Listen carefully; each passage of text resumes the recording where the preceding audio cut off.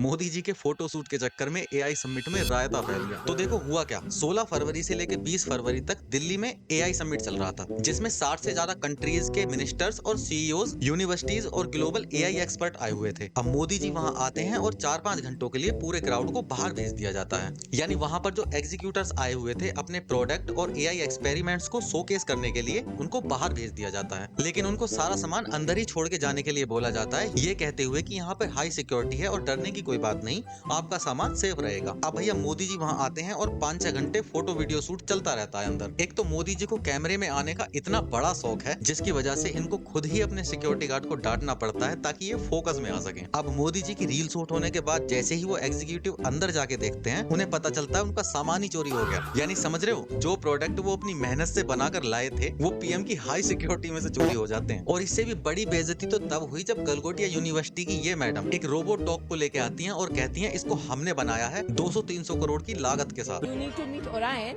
and this has been developed by the Center of Excellence at the Galgotias University.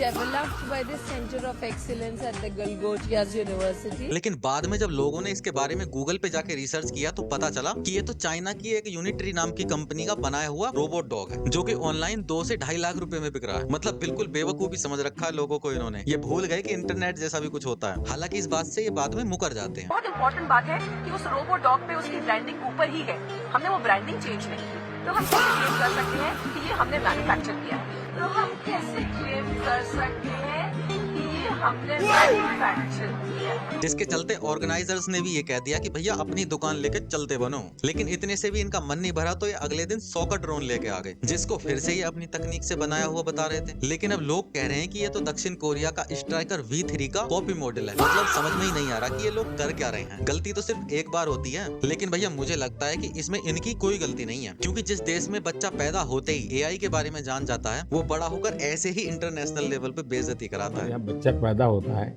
तो आई भी बोलता है, AI भी बोलता है। वो इतना एडवांस हो गया है।